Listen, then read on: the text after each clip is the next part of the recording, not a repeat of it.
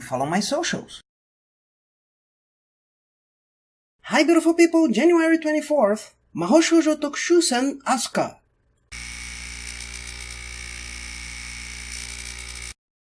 Magical girl anime, a la Madoka Magica. Light spoilers.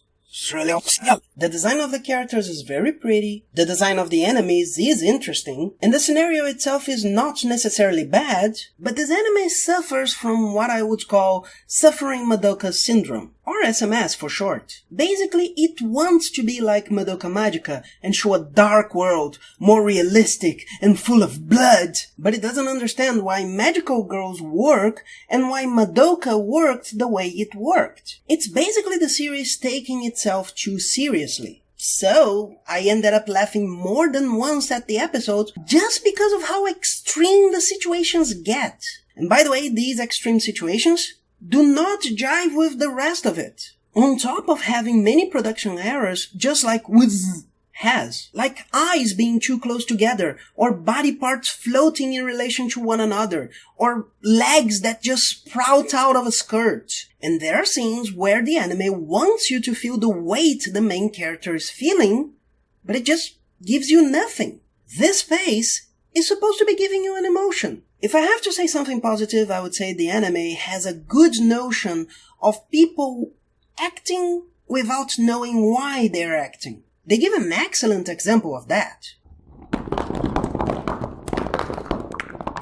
I literally wanted to see the second episode of With, just to see how bad it was going to get, and I might have to see the second one of this one too. There are a ton of tiny little problems. A noticeable one being that the enemy king doesn't look anything like the enemies. Okay, most of the episodes I didn't really get into what was going on. In fact, I started to notice how much attention the women's breasts get just because there was nothing going on the scenes. So, a character with post-traumatic stress disorder is a trope that can work. But she doesn't feel like that kind of character. She's just closed off. And that's a trope that can work too, but it doesn't here. She feels like she's just empty. So when this empty character decides in the middle of the street to snap off a man's arm, I laughed. And then you're going to see that this empty character gets home, clicks the light switch, which cannot even change color or change the shade a little because our production does not care, so two teddy bears can give her a bloody hand.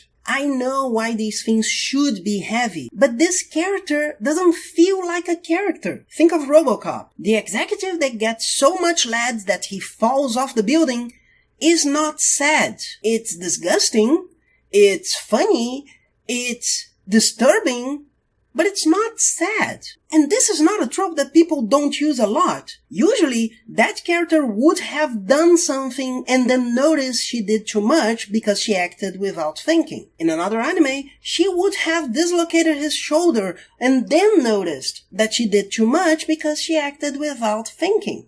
In a traditional magical girl anime, the enemies have this kind of design because everything has this kind of design. The show does not take itself too seriously. The threat is a threat, so they fight it, but nobody would think that a woman wearing a tennis shoe as a top would be a serious threat. Madoka worked because that threat showed itself to be a real threat.